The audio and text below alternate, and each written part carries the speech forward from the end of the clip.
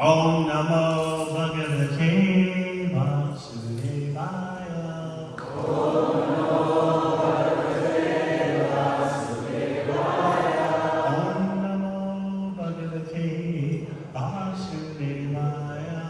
Om Namo Bhagavate Vasudevaya. Om Namo Bhagavate Vasudevaya.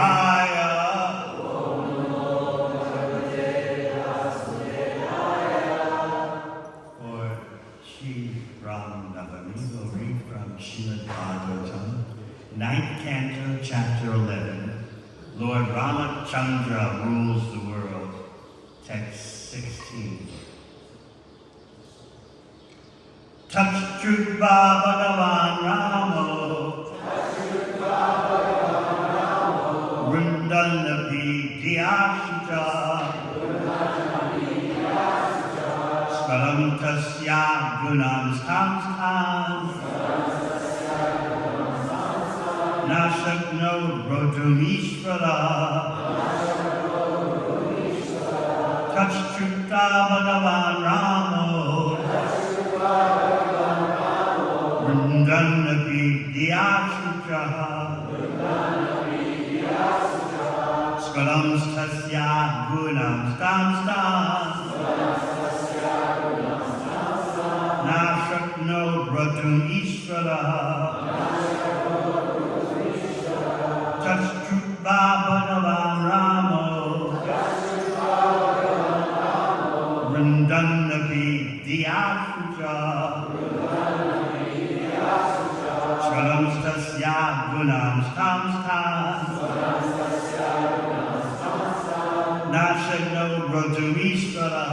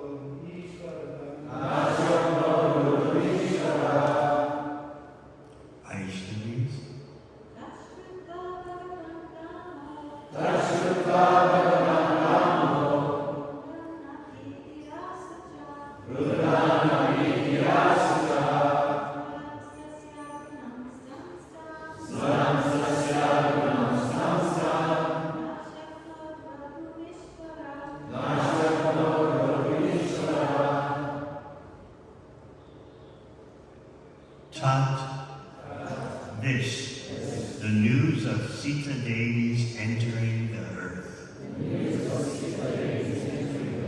Shrutva, hearing. Bhagavan, the Supreme Personality of Godhead. Rama, Lord Ramachandra. Vrindam, trying to reject. Api, although. Diya, by intelligence. Shucha, grief. Smaran, remembering. Tasya, of her. Gunan, qualities. Tan, under different circumstances.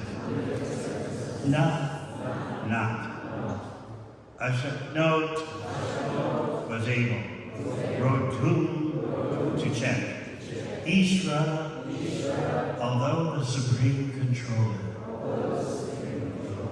Translation. After hearing the news of Mother Sita's entering the earth, the Supreme Personality of Godhead was certainly aggrieved. Although he is the Supreme Personality of Godhead, upon remembering the exalted qualities of Mother Sita, he could not check his grief in transcendental love. Purport.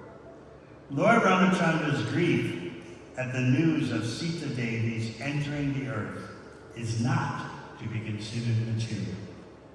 In the spiritual world also, there are feelings of separation, but such feelings are considered spiritual bliss. Grief in separation exists even in the absolute, but such feelings of separation in the spiritual world are transcendentally blissful. Such feelings are a sign of Tasya Prema Vaishnava Swabhava, being under the influence of Hladini Shakti and being controlled by love. In the material world, such feelings of separation are only a perverted reflection. Translation again. After hearing the news of Mother Sita's entering the earth, the Supreme Personality of Godhead was certainly aggrieved. Although he is the Supreme Personality of Godhead, upon remembering the exalted qualities of Mother Sita, he could not check his grief in transcendental love. Om Gyanachimandasya Gyananjana Shalakaya Chakshurmilitam Yena Tasmai Shri Gurave Namah. Jai Shri Krishna Chaitanya Prabhu Nityananda Shri Advaita Gadadhara Sivasati Gaura Bhakta-vrinda. Hare Krishna, Krishna Krishna, Hare Hare, Hare Rama, Rama Rama, Hare Hare. The pastimes of Lord Ram are full of what seems to be sorrow and separation, as well as the joy of reunion. But none of this, as the purport instructs us, is on the material plane. Lord Ram's pastimes have a dual nature, a dual effect. They acquaint us with the emotions of the spiritual world, and also they teach lessons about the material world and material affairs. Sometimes the question is asked, when you chant Hare Krishna, Hare Rama, who does Ram refer to? There are 3 Ramas. You can actually say 4 Ramas. There is Dasarath Sutta, the son of Dasarath. There is Rohini Sutta, Balaram, the son of Rohini. And there is Krishna, who is also known as Rama. We'll talk more about that. And there's, you can say Parashuram, he's also a Rama. So on one level you can say that there's no point in arguing which Rama you are referring to. Then again, from the viewpoint of rasa, there are different degrees of intimacy in chanting Hare Rama. For those influenced by Aishwarya rasa, the rasa of opulence, Rama refers to Dasarath Sutta, Lord Ramachandra. But for those interested in Madhurya rasa, Rama refers to Krishna as Radha Raman, the enjoyer of the association of Srimati Radharani. So, which Rama you are chanting depends on your point of reference. When you consider Rama to be Radha Raman, Krishna the enjoyer of the company of Srimati Radharani, the Hare refers to Srimati Radharani, who is also known as Hara. She's known as Hara because she attracts the mind of the Lord Krishna. So much so that you could say she steals his mind. Therefore, hurrah. And if you consider Rama to refer to Ramchandra, then of course the Hare refers to the internal potency in the form of Sita Devi. Keep in mind that in Ram Lila you are seeing the perfection of following Vedic rules and regulations. That is Lord Ram. Whereas Lord Krishna, as a young boy, as a little baby, as a child, very mischievous, mutton chore of butter beef. And of course, in his teenage years, his early teens, he was famous for stealing other items in the middle of the night. So you must maintain the distinction between Ram, Krishna, all of Krishna's appearances, even Sri Chaitanya Mahaprabhu. They are one. Krishna is the Amshi and all others are Amsha, except Chaitanya Mahaprabhu, as we often explain. He is also Amshi. He's the origin of all incarnations. He's Swayam Bhagavan. So you can't merge completely, even though the distinctions, even though everything emanates from Krishna. Pure devotional service means that you understand the mood of the Lord, the attitude of the Lord in his particular appearance, and you maintain that attitude. You acknowledge that attitude accordingly. So in Lord Ram, you have the most diligent, precise follower of Vedic rules and regulations. And then as Krishna in Braj, you have mischievousness, naughtiness, boldness.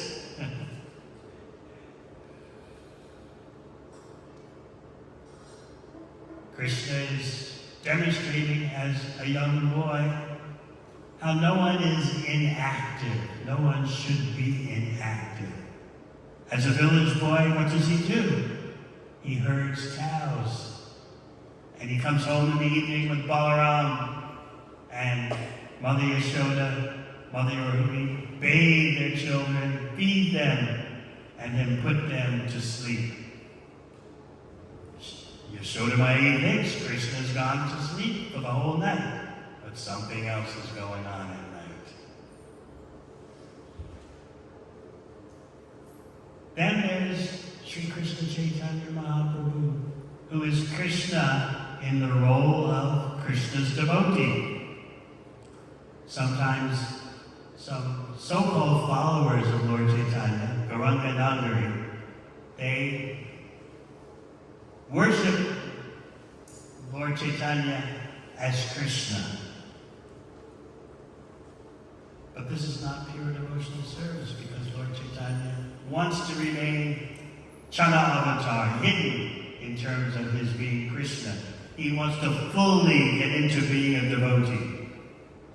So even though such persons who worship Lord Chaitanya as Krishna, treating Lord Chaitanya as the enjoyer of the gopis, even though it's true, Lord Chaitanya is Krishna. At a deeper level, he's Radha Krishna combined. Sometimes the Radha comes out more in Gaur Lila, sometimes the Krishna comes out more. But Lord Chaitanya generally and most predominantly wants to consider himself as the enjoyed, not the enjoyer. He wants to be considered as a devotee. So much so that when even devotees, what to speak of ordinary people, would address Lord Chaitanya as the Supreme Personality of Godhead, what was his reaction? He would cover his ears and call out, "Vishnu, Vishnu, protect me from such offenses." Number one, he's in the mood, he's in the attitude of a devotee. He doesn't want to be addressed as Krishna. He's trying to taste what it's like to be a devotee.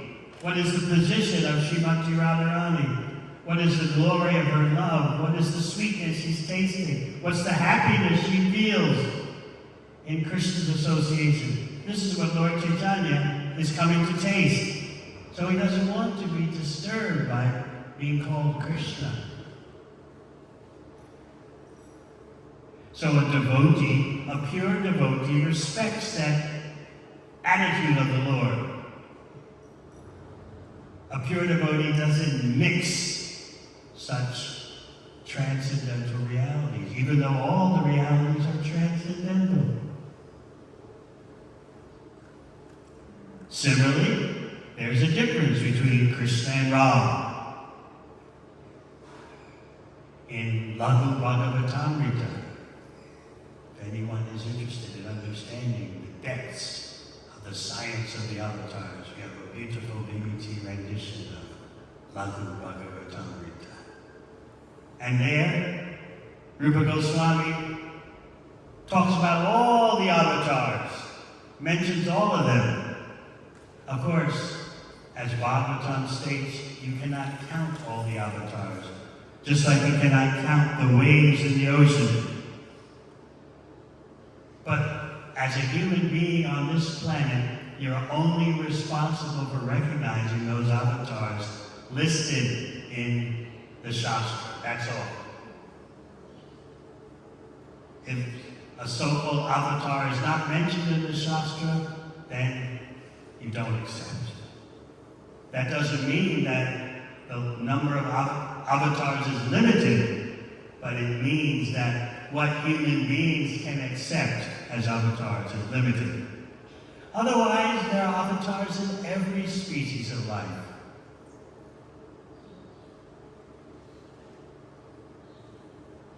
So Rupa Goswami, of all the avatars, groups three in a special category, Pada Avasta. Those three manifest more qualities, more bhaga, more opulences of Bhagavan. So therefore those three are in a class by themselves. Now, keep in mind that all the expansions and incarnations of Krishna are perfect and complete, Om Purna. But they only, some of them, except for Krishna, manifest lesser versions of the Supreme Absolute Truth. They are perfect and complete Om Purna in themselves, but they don't manifest the fullness.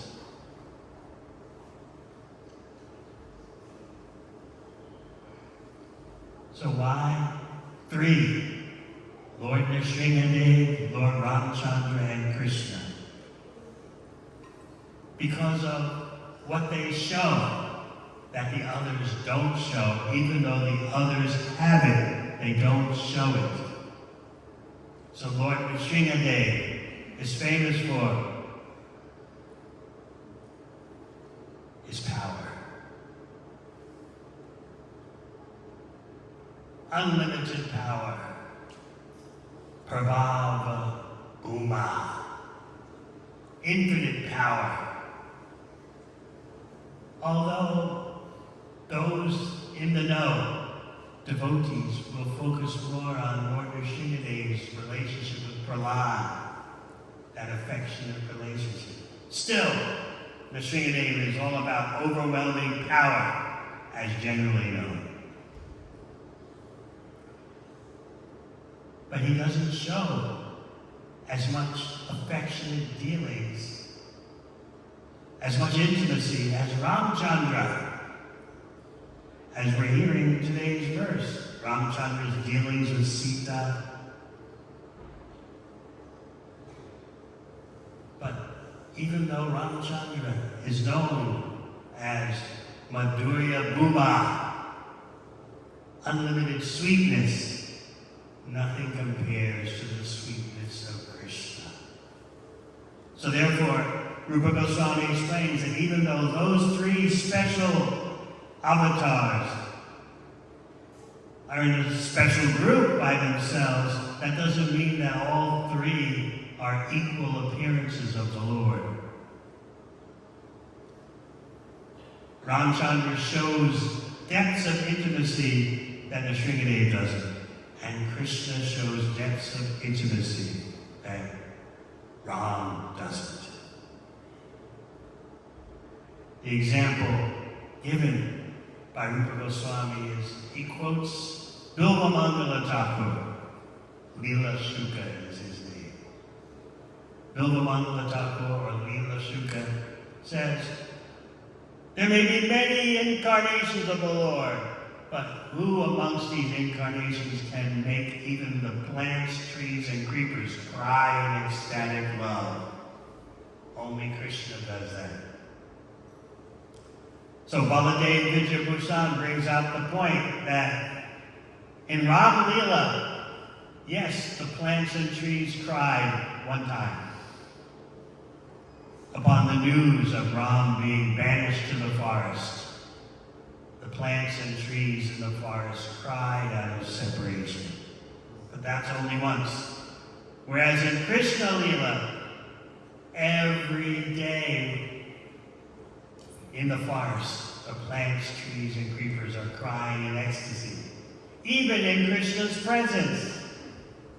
Honey is pouring, sap is pouring from the vegetation in ecstasy because of Krishna. Not simply in separation, but also even when Krishna is right there. So this is cited by Rupa Goswami as proof that even in the Pada Avasta category, the top three, no one compares to Krishna. Yashodanandana. Not even Dasarath Sutta, the son of Maharaj Dasarath. Although the banishing by Dasarath, banishing his son to the forest, was such a mega heart-wrenching event, still nothing compares to the depth of rasa stirred in Braj. So if you want to understand these top three, Pada Avasta, you read Laghu Bhagavatamrita, as Rupa Goswami builds his case, so to speak, step by step. He starts with Nrsimhadev, then goes to Ram, and then ends with Krishna. The example given, it's like you're climbing the steps to a palace. You start at the lower step, the middle step, the upper step, and you're there. So you start with Nrsimhadev, then to Ramchandra, and then you're there with Krishna. But more about Lord Ramchandra. He's the perfect Vedic follower. Strictly, he demonstrates how to be the perfect husband, the perfect son, the perfect brother, the perfect father, the perfect king, everything precisely Vedic 100%. Whereas Krishna, Vedaishta Sarvaya Ahameva Veja, Krishna is the goal of the Vedas. So you cannot hang Krishna with Vedic injunctions when he's the goal of the Veda. In fact, he's the compiler of the Veda.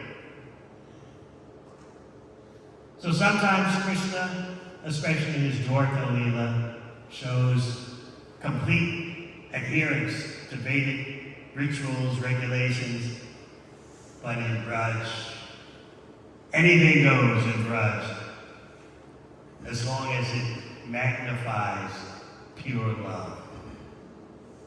In that way, Braj Leela shows that pure love is the ultimate. That's the goal of the Vedas. When Krishna dances in the night, apparently with others' wives, you have to know the science of Krishna, that everyone and everything is Krishna's energy. So if you try to press Vedic injunctions upon Krishna, you're forgetting that the goal of the Vedas is Krishna.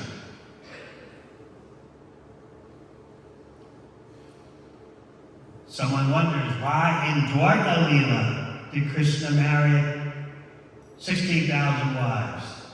The question, you may know, the question should be, why did he marry only 16,000? He's unlimited, why did he stop at 16,108? Not why 16,000 wives.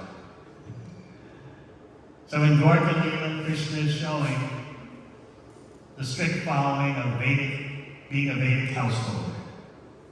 But Ram is most famous for being super Vedic. You've just heard that he performed a yajna. That'll be coming up in text 18. After Mother Sita entered the earth, Lord Ramachandra observed complete celibacy and performed an uninterrupted Agnihotra Yajna for 13,000 years.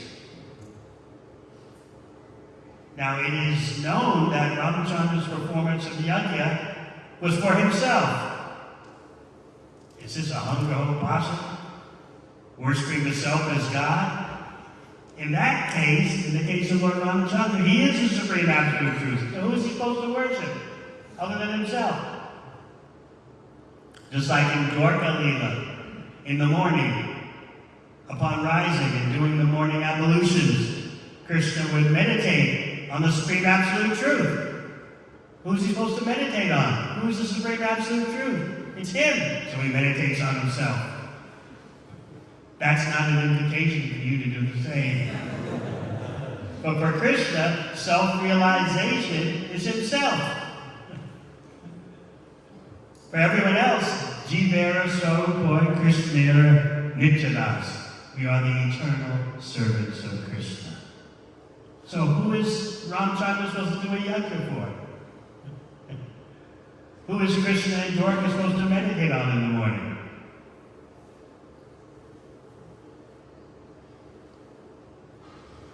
Sometimes devotees wonder, why did Ram do this? Why did he abandon Sita even when she was expecting? How cruel, apparently. How could this be the behavior of the Supreme Personality of Godhead, especially one so Vedic as Ram?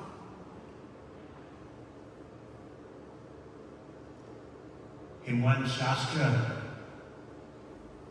you first understand the general principle that the Lord and his internal potency manifest in this world and then unmanifest. It's not that their existence is finished, it's just that their visible presence to ordinary vision has ended. So that is the general principle to understand. There's a time for the appearance of a particular Supreme Personality of Godhead, and there's a time for relinquishing that appearance. It doesn't mean, this phenomenon doesn't mean that the Lord assumes a body. He assumes a body of Ramachandra, and then that body is finished. No, it's now you see him, now you don't. He's Leela Tanu. His body is Leela. It's not that he assumes a body and then relinquishes the body, casts off the body. That's the misunderstanding of those who do not understand the science of Krishna. There's a time to show it and a time to conceal it. Meanwhile, the Leela goes on. Ram Leela eternally goes on.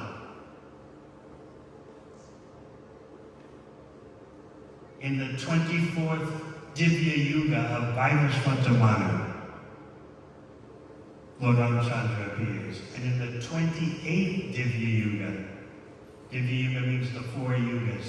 In the 28th set, the 28th quartet, Krishna appears.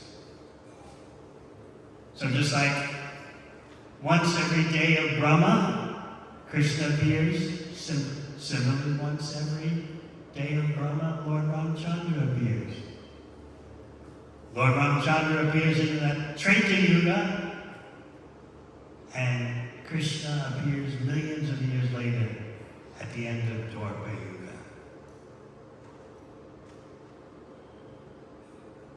So generally, the principle is that the Lord appears to ordinary vision and disappears from ordinary vision, but his Leela is eternal. But specifically, you want to know some detail in some supplementary Shastra. Jiva Goswami explains that in the Brahmanda Purana, it is stated that the Devatas told Lord Ram, it's time for you to go back to Vaikuntha. But you'll never go without Sita. So in order for you to go back to Vaikuntha, Sita has to disappear. She has to go to Vaikuntha first, otherwise you'll never leave. And it's time for you to relinquish your appearance to ordinary vision.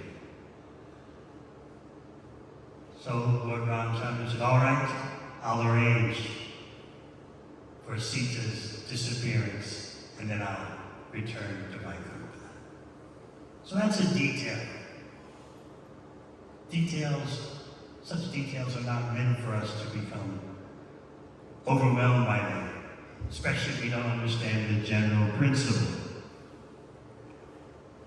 So today's verse tells us, after hearing the news of Mother Sita's entering the earth, the Supreme Personality of Godhead was certainly aggrieved.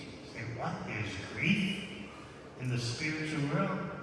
The Supreme Personality of Godhead feels grief, and he could not check his grief in transcendental love.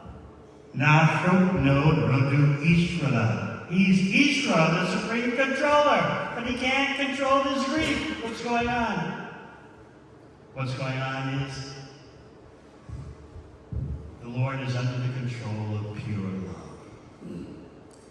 So in Ram Leela, what seems to be prominent is power, strength, military victory, conquest,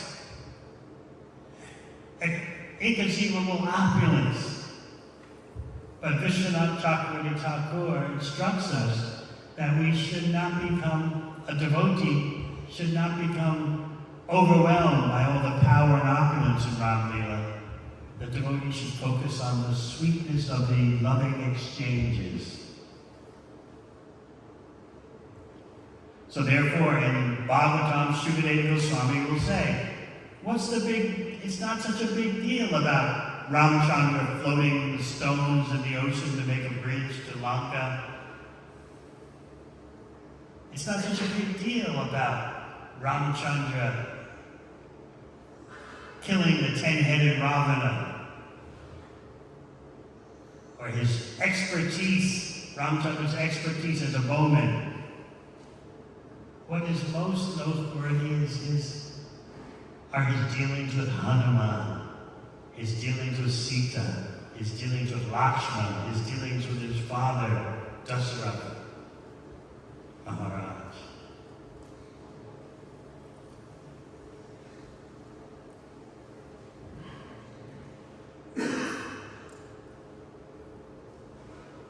So this grief that Ramachandra is feeling.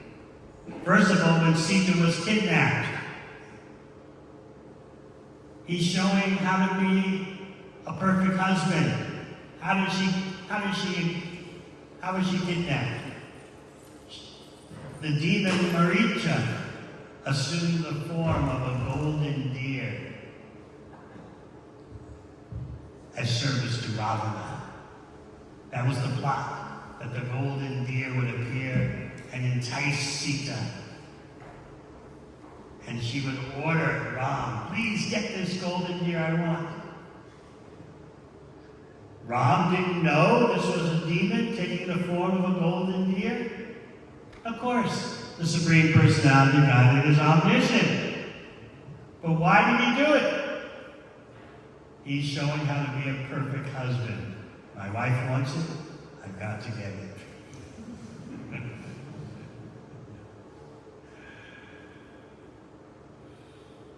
And then, when he returned, of course, Sita had been kidnapped by Ravana.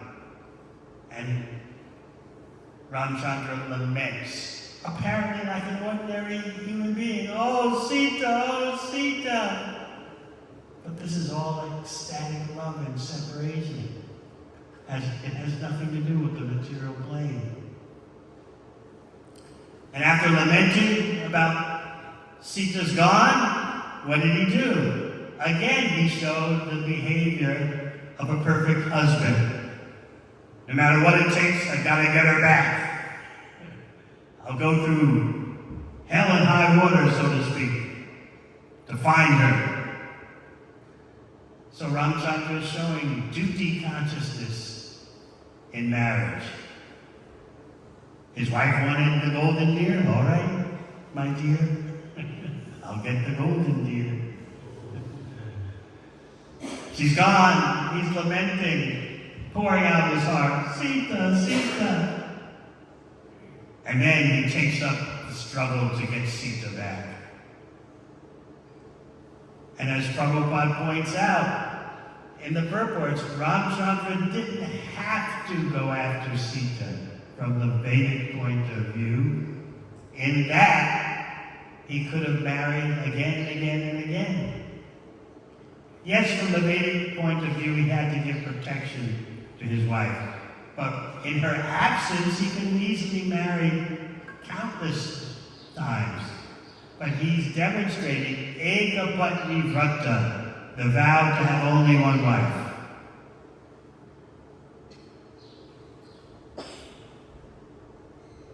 So he went through such an ordeal, apparently, to find Sita and get her back.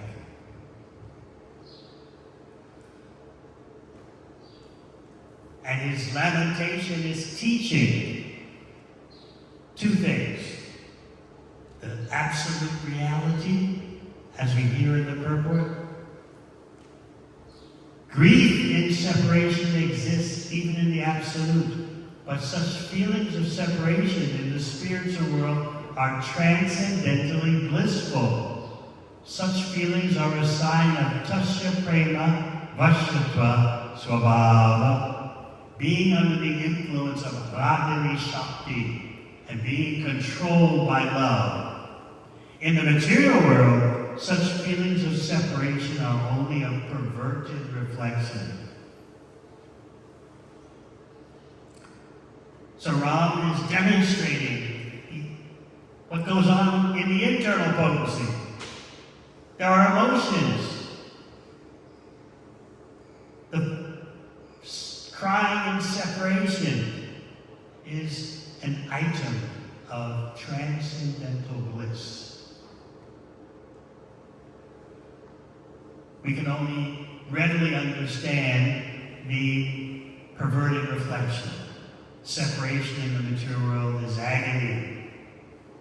But in the spiritual world, yes, it's agony, but the agony is most ecstatic. Therefore, Krishna himself wants to taste what it's like to be separated from the beloved. He does it as Chaitanya Mahaprabhu, who explores what it's like to be absorbed in separation from Krishna. So Ramchandra and Sita are demonstrating this love and separation in the beginning phase. Beginning phase meaning compared to Radha Krishna, who are the zenith of the love and separation experience. In Ram Lila, you can see a trace of it. But in Radha Krishna Lila, you see the unlimited ocean of love and separation. So that's the spiritual lesson. But then there's a material lesson also. Ram is showing, you see what it's like to be attached? You see what you got to go through? Material attachment brings about problems. So Shukadeva Goswami uses the words Sri Sanginam Gatim. Rama is showing this is the situation, this is the destination of those who are materially attached. They got to suffer. Simultaneously, he's showing this is the spiritual reality. Love and separation is the highest reality. Therefore, as we said, Krishna himself wants to experience what it's like to be a devotee, feeling separation from Krishna. So he comes as Chaitanya Mahaprabhu.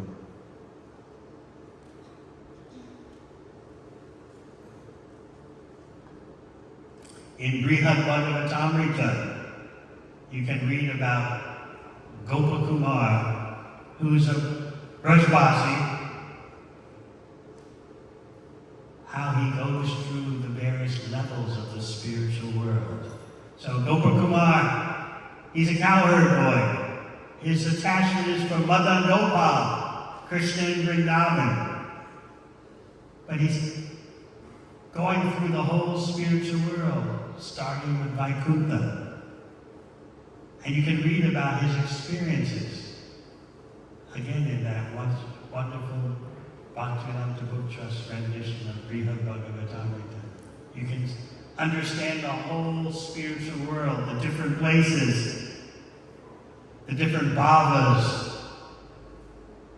So Gopakumar is in Vaikuntha, and although he's overwhelmed by the experience of Vaikuntha, after a while he starts to wonder, where is my worshipful Lord Madan Gopal? I don't quite fit into Vaikuntha with Lord Narayan and Lakshmi.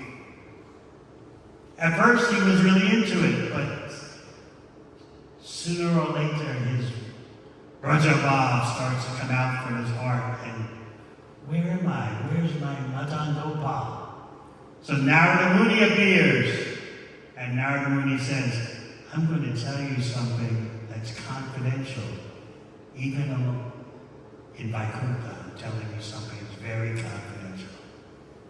You should be making your way to Dwarka, because in Dwarka, you have the Lord, Dwarkanath, who's almost as intimate as your Madan Gopal. So you need to achieve your goals step by step, in stages. Use your intelligence. First, on your way to Dwarka, go to Ayodhya. And then from Ayodhya, take the next step to Dwarka. So Gopakumar does that. He was worried. How can I leave Vaikuntha without the permission of Lord Narayan? But Narada Muni tells him, Lord Narayan told me you should go.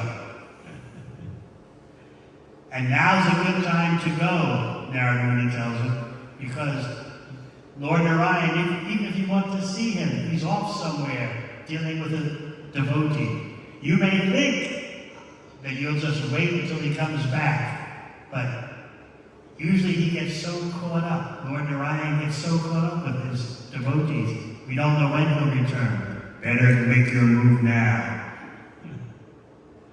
Narada Muni is thinking, he's got to go now. Gopakumar's got to go now, because if he waits, if he delays till Narayan returns to his palace in Vaikuntha, Gopakumar will get overwhelmed by Narayan and may forget again about his need to make progress beyond Vaikuntha. So Narada Muni urges, go now, go to Ayodhya. And then after Ayodhya, the next stop will be Dwarka. You'll be closer, you're getting closer to your worshipful Lord, Madan Gopal. And Narada Muni instructed him that even in worshiping other deities, the devotee sees traces of his Ishtadev, his beloved, even in other appearances of Lord Krishna. So even in Ramchandra, you'll see symptoms of your worshipful Lord, Madan Gopal. So you see Madan Gopal in Lord Ramachandra. So Gopakumar takes off for Ayodhya. He approaches the outer precincts of Ayodhya, and he sees some monkeys chanting as they play in the trees, Ram, Ram, Ram, Ram. Gopakumar knows, yes, I'm in the outer precincts of Ayodhya. Even the monkeys are Ram Bhaktas. And then some Ayodhya Vasis, residents of Ayodhya, they approach Gopakumar and they take him to the city of Ayodhya. They must have been sent by Ram, because otherwise, who would want to stray far from Ayodhya itself? But Lord Ram evidently sent them to greet Gopakumar, bring him into the city of Ayodhya. So, as Gopakumar enters the city of Ayodhya, first he comes upon who he thinks is Ram, because the person is so beautiful, so loving, so caring, so opulent. So Gopakumar, like a naive coward boy, says, "Oh, Ram, Lord and Master." It's Bart. Bart covers his ears. I'm not Ram. I'm his servant. So Gopakumar knows he's got to move on into the center of Ayodhya to find Ram. And he does that. And Hanuman greets him. Gopakumar sees this beautiful sight of Ram, Hanuman, Sita. Gopakumar realizes that as unlimitedly beautiful as Ram is, he's even more beautiful in this association, side by side, with Sita, with Hanuman. So Gopakumar is paying his dandavats. He's overwhelmed. And Lord Ram is telling him, get up, my friend, my friend. See, Lord Ram is famous for his demonstration of respectfulness, humility, consideration, modesty. Get up, get up, get up. Enough of all this opulence. You're my friend. But Gopakumar can't get up off the ground. He's overwhelmed by the whole experience of seeing Ram. So Hanuman comes to get him off the ground. Simultaneously, Hanuman is doing so many services for Ram. He's fanning Ram. He's singing songs about Ram. He's praying to Ram. He's massaging Ram's lotus feet, all simultaneously. Gopakumar's amazed. What kind of energy does Hanuman have to do all this at the same time? Fanning, singing, praying, massaging feet, all at once. Amazing.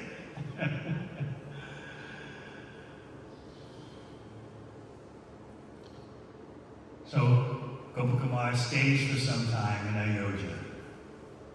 Just to give you some perspective, there's a statement by Srila Bhaktisiddhanta Saraswati Thakur that the happiness of Vaikuntha is nothing compared to the happiness of Ayodhya. And the happiness of Dwarka is nothing the happiness of Ayodhya is nothing compared to the happiness of Dwarka. But the happiness of Braj exceeds all those other places, Vaikuntha, Ayodhya, Dwarka. He explains even the distress, the so-called distress and misery felt in Braj, stands upon the head of the happiness in all the other places.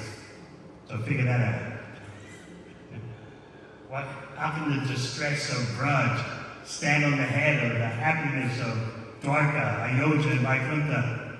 It's because that so-called distress in Braj is the ecstasy of love and separation. So So Gopakumar stays for some time in Ayodhya. He's overwhelmed by Ram's presence, Ram's character, Ram's personality.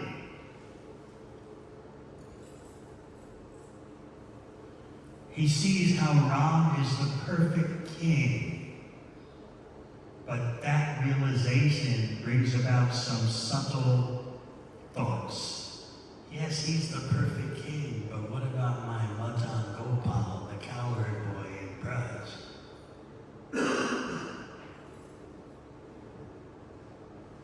Hanuman can detect in Gopakumar, you seem to be troubled about something. You don't seem to be in perfect bliss here in Ayodhya. I need to preach to you more about the glories of Ram. I'll save you. Hanuman is canvassing for Lord Ram. Listen about Ram's glories. Snap out of it. Snap out of it. What's this other feeling that you have? It's not necessary. You're in Ayodhya with Ram. So, Gopakumar would snap out of it. He would be appeased. But then, due to Gopakumar's particular spiritual practices, Vraj would start to manifest in his heart. And Gopakumar couldn't get over it. And Hanuman tried as much as Hanuman could. Hanuman couldn't snap him out of it. Hey, what's with this Vraj stuff? This is Ayodhya. Get with the program.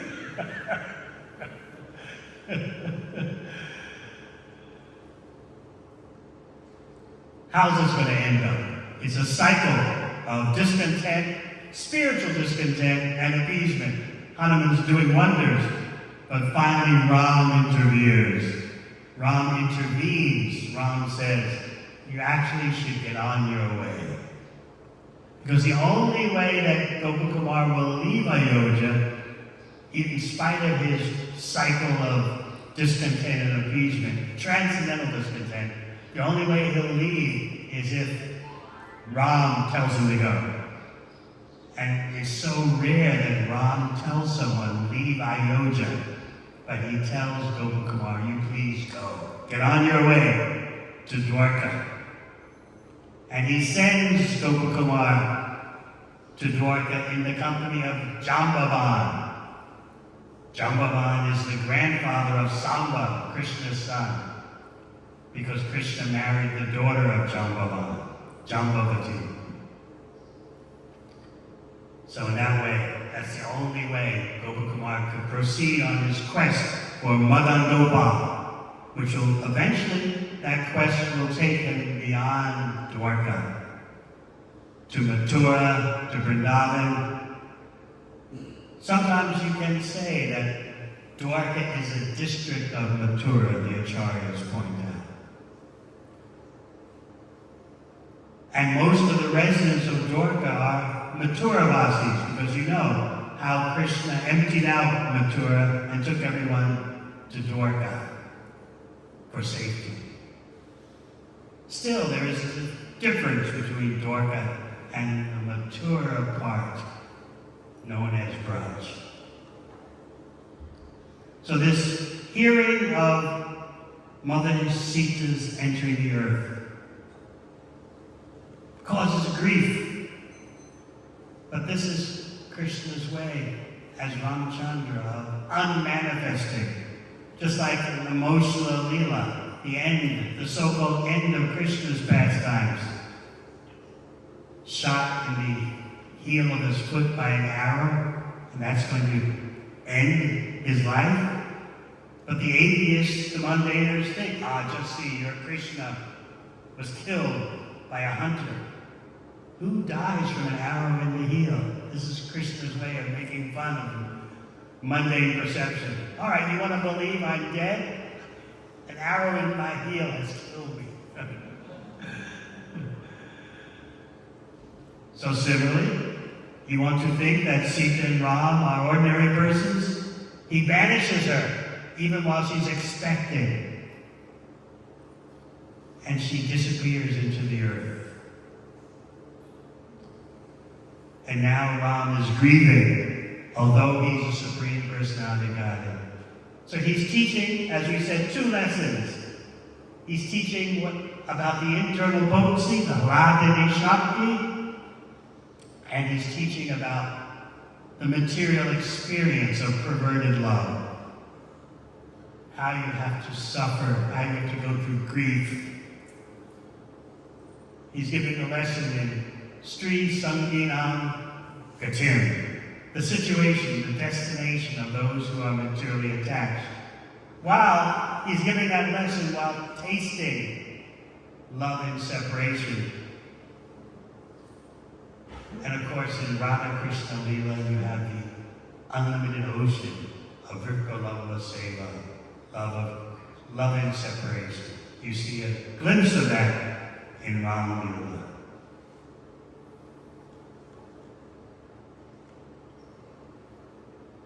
Any questions? Yes. Matan Gopal.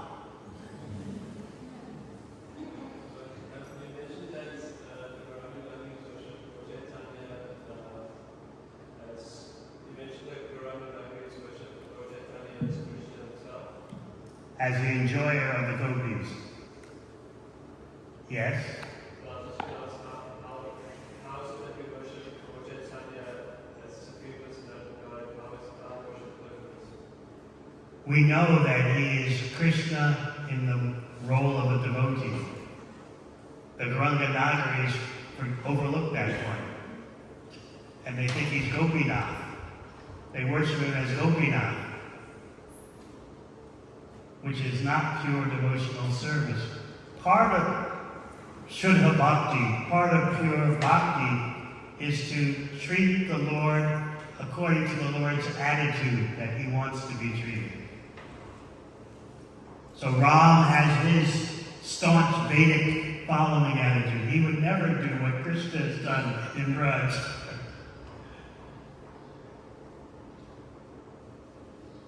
Lord Chaitanya wants to be seen as a devotee. Although we know he's a supreme personality of Godhead, we don't treat him like Gopinath. You understand?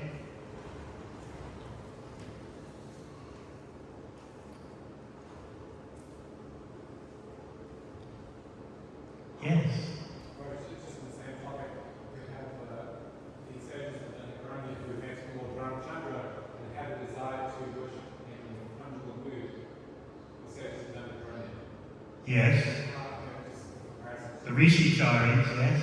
In comparison to the Gauranga Nagaris who had that desire to serve in a similar way. The sages in Dandakaranya wanted to worship the Supreme Lord in Madhurya. So they appeared as gopis in Braj. They didn't do it in Madhurya.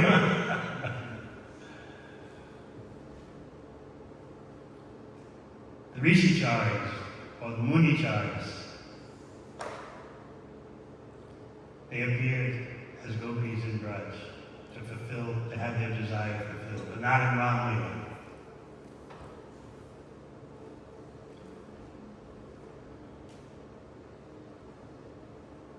Everyone's quiet today? Yes. As this kind of grows, we have devotees with different moods and different powers. So is our movement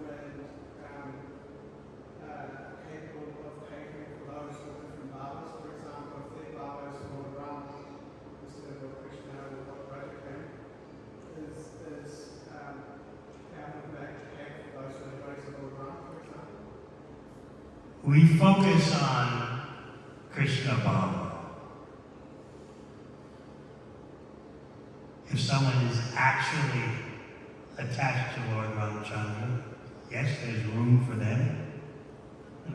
But are they actually attached to Lord Ram, or is it something just by family tradition with no depth to it?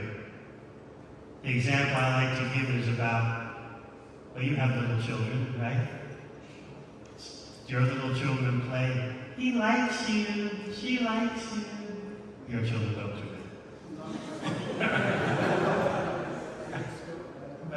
Does it happen at the Hare Krishna schools, little kids? Or, they play like that. He likes you, she likes you. And all the adults know, you don't know what you're talking about. It's just child stuff.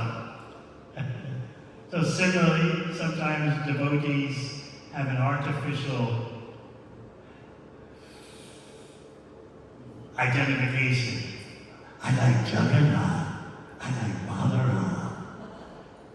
It's sentiment. There's no depth to it. But if someone actually has the depth of that bhava, certainly there's room for them. Look at Gaur Leela. Lord Chaitanya himself was canvassing Murari Gupta. Who's Murari Gupta? Sakshat Hanuman. He's Hanuman. But Lord Chaitanya is saying, why don't you worship Krishna? The attractiveness of Krishna. There's no comparison. Lord Ram can't compare. Krishna is the ocean of all sublime qualities. Worship Krishna. So this is Gauranga Mahaprabhu trying to deprogram Murari Gupta. And Murari Gupta tried. He stayed up all night crying. In the morning, he reported back to Lord Chaitanya, I've tried, but I can't follow your order. I can't take my head away from the lotus feet of Ram. I tried. Kill me now. Let me die now. I can't fulfill your order, and I can't take my head away from Ram. What to do? Let me just give up this body. And what did Lord Chaitanya tell him? This is the perfect attitude of a perfect servitor. That even if the master wants separation, the servitor won't let him go. And even if the servitor wants separation, the master won't let him go. You are acting in the most appropriate way because you are Hanuman. The same thing with Rupa and Sanatana Goswami's brother Anupa. Rupa and Sanatana, the older brothers were working him over. What is this Ram? Everything is the sweetness of Krishna.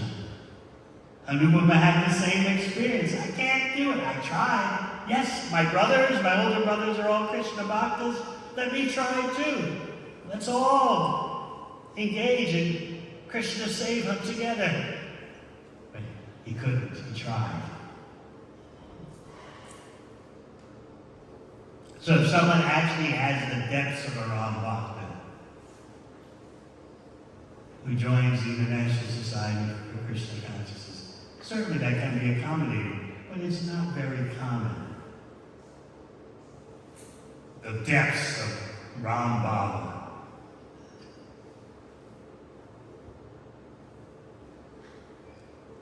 Anything else?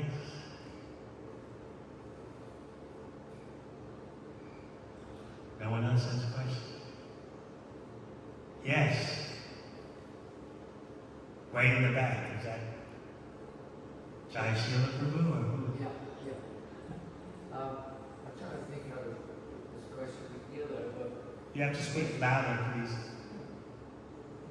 question is, are we encouraged to cultivate the word of separation, and that if we can develop the word of realizing our separation from Krishna, will bring us closer to meeting Krishna? Yes. Or the other side.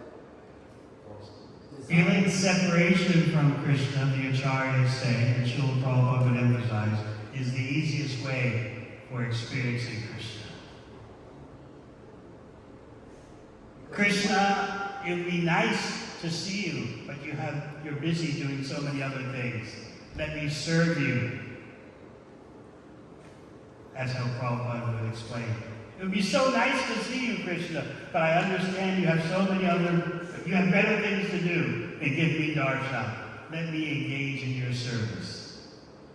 And while engaging in service, you experience the separation. So yes, trying to feel separation from Krishna is the easiest way to actually have Krishna's presence. So in one sense, it's not so difficult. In one sense, because we realize that I'm realizing more and more how I've chosen to be separate from Krishna, and therefore, in one sense, it's the existential position that I'm in. I'm separating myself from Krishna, so I can get that. I got that separation.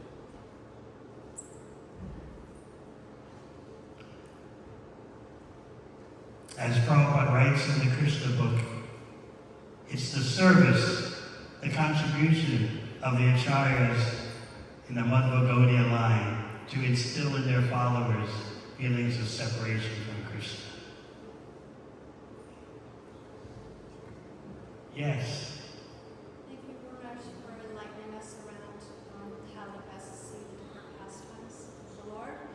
My question is, materialism, is it a perverted reflection of the opulence we see in the spiritual world? And how Yes. Krishna's opulence, I want for me. Krishna's loving affairs, I want for me. I am the center, I am the enjoyer. As Bhagavad Gita states, Icha Dvaisha Samuttena Ganga Mohena Bharata. All living entities are born into this world overwhelmed by attachment and aversion. Attachment to wanting to imitate Krishna and aversion to following Krishna's instructions. That's our psychology.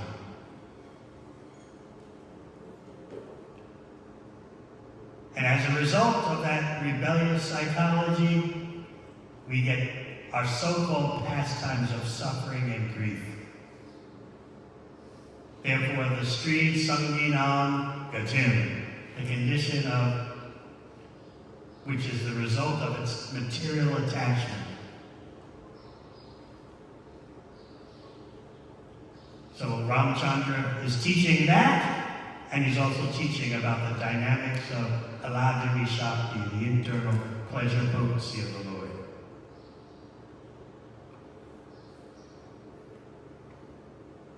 Yes, ask question.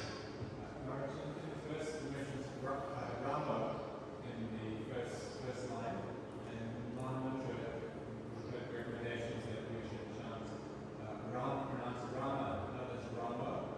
Is that the reason? Because Rama is referring to Lord Ramachandra? What did you say about the Ramo? The non-mantra is recommended that we should not chant Rama as Ramo. Yes, that's right. Is that because Rama is referring to Lord Ramachandra? Because what is it? Rama is referring to... I don't know what Ramo refers to. No, in the verse, Rama is referring to Ramachandra. But that's part of the Sanskrit verse. I don't know Sanskrit enough to explain the endings of the words. You have to ask a Sanskrit scholar.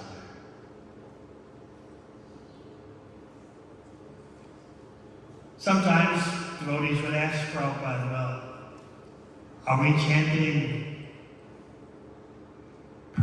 What about persons who, due to their language, the nature of their native tongue, they can't chant the Hare Krishna mantra distinctly as we would think? Krishna. In some languages, it's very difficult to say Krishna, as we know the pronunciation. The strict Vedic Sanskrit pronunciation is difficult for some languages. So they asked Prabhupada, what about that? He said, just chant, Krishna knows when you're calling him. Anyone here have a language difficult to say Krishna? Maybe Chinese.